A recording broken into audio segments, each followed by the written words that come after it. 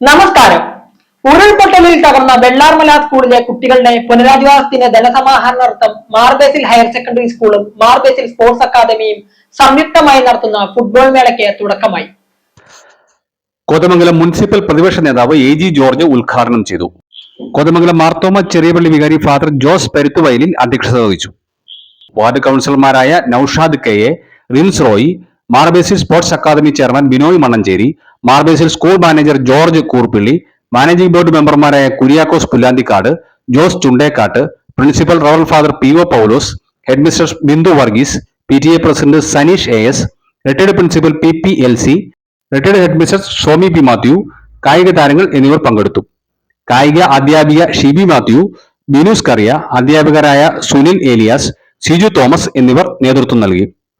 വൈകിട്ട് 3 മുതലാണ് ഫുട്ബോൾ മേള ആരംഭിക്കുക. 16-ന് സമാപിക്കും.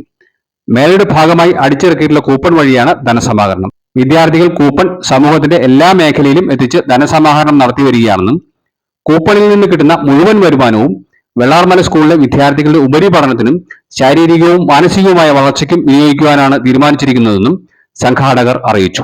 ആതിഥേയരായ കോതമംഗലം മാർബേസിൽ സ്കൂളും കോതമംഗലം MA ഇന്റർനാഷണൽ സ്കൂളും തമ്മിലായിരുന്നു ഇന്നത്തെ മത്സരം.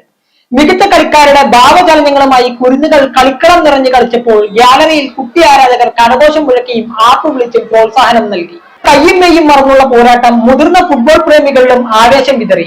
ഇത്തരത്തിൽ ഒരു ഫുട്ബോൾ മേള ആദ്യമായിട്ടാണ് കോതമംഗലത്ത് നടക്കുന്നത്. M4 മലയാളം, കോതമംഗലം.